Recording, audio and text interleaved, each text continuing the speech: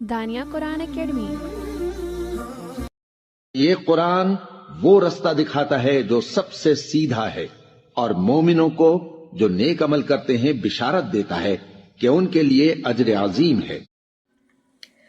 اللہم صلی علی سیدنا و مولانا محمد وعلی آل سیدنا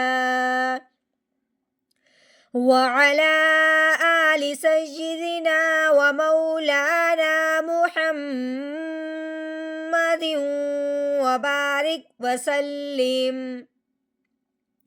رب اشرح لی صدری ویسر لی امری واحلل عقدۃ من لسانی یفقہوا قولی۔ رب زدنی علما رب زدنی علما رب زدنی علما۔ اعوذ باللہ من الشیطان الرجیم، بسم اللہ الرحمن الرحیم۔ وَإِذَا النُّجُومُ انكدرت۔ واؤ کو گلائی سے پڑھنا ہے، الف کو حمزہ بناتے ہوئے حمزہ کی آواز نکالنی ہے، کیونکہ الف کے نیچے زیر آنے کی وجہ سے الف کو حمزہ پڑھیں گے۔ رال نرمی والا حرف ہے، رال کو اس الف کے ساتھ یا لام کے ساتھ نہیں ملانا، رال کو ہم نے نون مشدد کے ساتھ ملانا ہے، جس کے اوپر کیا ہے، شد لگی ہوئی ہے۔ اب ہم نے کیا کرنا ہے، رال کو نون مشدد کے ساتھ جب ملانا ہے تو ساتھ ساتھ ہم نے ایک الف کے برابر تھوڑا سا لمبا غنہ بھی کرنا ہے، کیونکہ نون اور میم پہ جب شد آ جائے تو نون اور میم پہ ہمیشہ غنہ کرتے ہیں۔ تو کیسے غنہ کریں گے، ذال نون زبر ذن وَإِذَن، نون کے اوپر پیش ہے، وَإِذَن نون پیش نو۔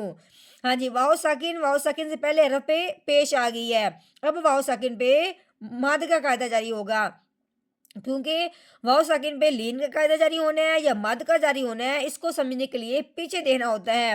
جب بھی واؤ ساکن سے پہلے پیش آ جائے تو اس واؤ ساکن کو ایک الف کے برابر لمبا کیا جاتا ہے۔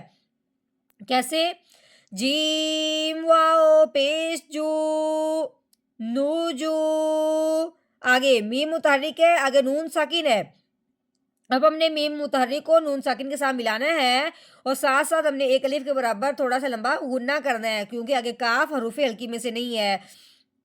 نون ساکن کے بعد حروف ہلکی نہ آئے پھر نون ساکن پہ غنہ کر دیتے ہیں، وہ بھی کون سا، اخفا کا۔ تو کیسے پڑھیں گے، میم نون پیش مو، من نہیں کہنا، مو۔ ہاں جی، آگے کاف کے اوپر زبر، دال کے اوپر بھی زبر والی حرکت ہے، رو کے اوپر بھی زبر والی حرکت ہے، لیکن تا ساکن ہے۔ اب ہم نے کیا کرنا ہے، کاف زبر کا، دال زبر دا، کادا، رو تا زبر رت، کادا رت۔ آگے کیا ہے، یہ جو گول دائرہ ہے اس کو وقف کہتے ہیں، جب یہ گول دائرہ آ جائے تو اب کہتے ہیں کہ آیت مکمل ہوگی، یعنی جو بات چل رہی تھی ترجمے کے لحاظ سے بھی دیکھا جائے تو وہ یہاں پہ ایک دفعہ مکمل ہوئی، جملہ پورا ہوا، ٹھیک ہے۔ اب ہم نے کیا کرنا ہے، جب یہ وقف آ جائے تو وقف کے ساتھ والا جو آخر والا حرف ہوتا ہے اس کو ساکن کر دیتے ہیں۔ اب یہ تو پہلے سے ساکن ہے، تا کے اوپر جزم آنے کی وجہ سے تا ساکن ہو گیا، تو اب ہم نے کیا کرنا ہے، اس کو ویسے کے ویسے ہی رہنے دینا ہے، صرف ہم نے اپنا لہجہ ہلکا سا نیچے لے کے آنا ہے۔ پہلے ہم نے پڑھا تھا کادا روت، کادا روت، پھر پڑھیں گے آگے وقف، وَإِذَا النُّجُومُ انكدرت، کادا روت۔